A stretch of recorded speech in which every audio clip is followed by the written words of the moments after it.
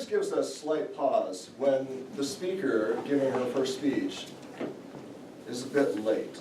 Oh, great. but we're really glad that you made it. Sometimes actually people have bailed on their icebreaker. So I'm really glad that you gave me your introduction. I knew you were going to be here. It's great. That's good. So Tiffany has a great smile, and she's getting started on her Toastmasters path by sharing her beginnings in Western Kansas, not to be confused with Eastern Kansas, especially Southeastern Kansas and Neodesha. She's recently moved back here to the Springs after a 3-year absence, but has spent the majority of her adult life here since her husband's Air Force assignment in Falcon, Schriever, in 1995. Now she's jumping feet first into Project 1 of the Competent Communication Guide, the Icebreaker.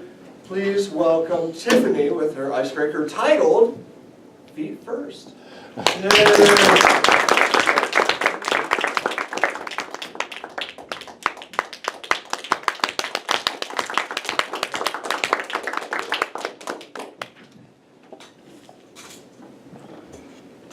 Ladies and gentlemen, a fellow Kansan and amateur philosopher, Paul Bayes, said in the 1960s, he became famous by saying, "We come into the world head first and leave feet first. In between, it's all a matter of balance."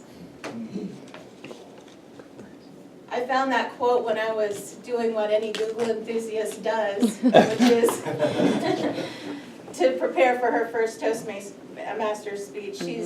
She just plugs a couple of words into the search engine. And ironically, even though I picked that quote, that wasn't how it happened with me. I came into the world feet first. It was late July of 1967, and my miserably pregnant mother was in a small hospital in northwestern Kansas, even more specific for you. She had failed in her task of trying to keep from going into labor until my dad had gotten back from his basic training in Virginia. And preeclampsia had set in, her ankles and feet had swelled to triple their normal size, and her blood pressure had gone through the roof. My identical twin sister vacated the womb first, head first, of course. She always does things right. And she took our placenta with her. So the doctors had to do what they had to do, which was get me out, my little breech body out as quickly as they could. I came into the world feet first. It got even more exciting a couple days later when my dad arrived from Virginia. He got back from his basic training and came to meet us, and my mom was doing a lot better by then. My sister, Stephanie Ann, was thriving, but every time I ate, my lips were turning blue. So doctors evaluated my heart and said, she better go to Denver to Children's Hospital. So my dad reluctantly kissed his wife and other daughter goodbye and got in a little plane and with a nurse, and we headed to Denver. Thankfully, it was decided that I didn't need immediate surgery. I was allowed to grow and thrive until I was 4 years old. Now, when you have open heart surgery as a 4-year-old, it affects you in many ways. And I was in the first generation of children who did have heart repairs at that age. I gained early respect and awe of the medical profession. And I became very cavalier about saying things to my worried grandma like, "Hey, they're going to cut me open and fix my heart." So we got all that over with, and a few years later, after my brother joined the scene, we had another big change in our lives when my parents decided to move us from the small town where we had lived on Main Street. We had the freedom that's not afforded to many these days of my mother would let my sister and I walk hand in hand across the street and down 2 blocks to the local library for story hour. This was before we even started school. And one day you can imagine my dad's surprise when he was walking home from his job at the bank, also on Main Street, and he saw his 2 little girls buck naked running in the sprinklers in front of the library. We never made it to story hour that day. And my dad was chuckling as he spanked us.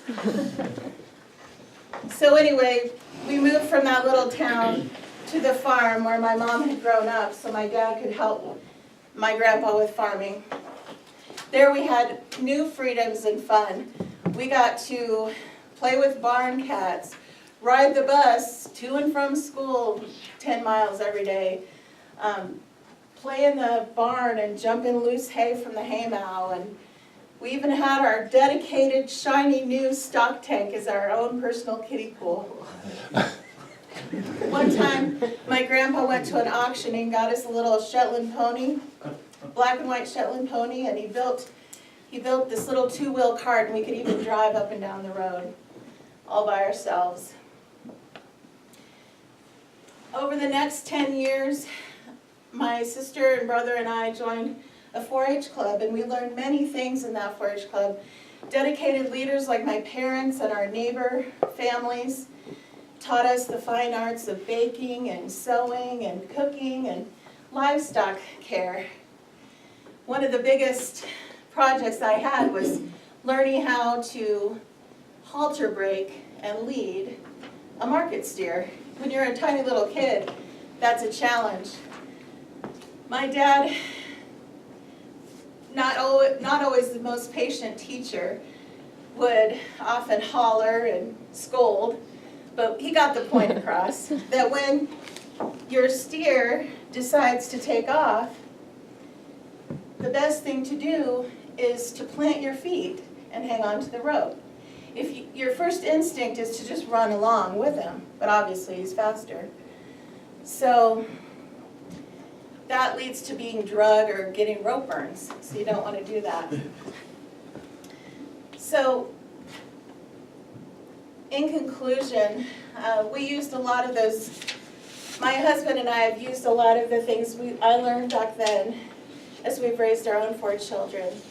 And Abraham Lincoln summed it up best when he said, "Be sure to place your feet in the right place and then stand firm."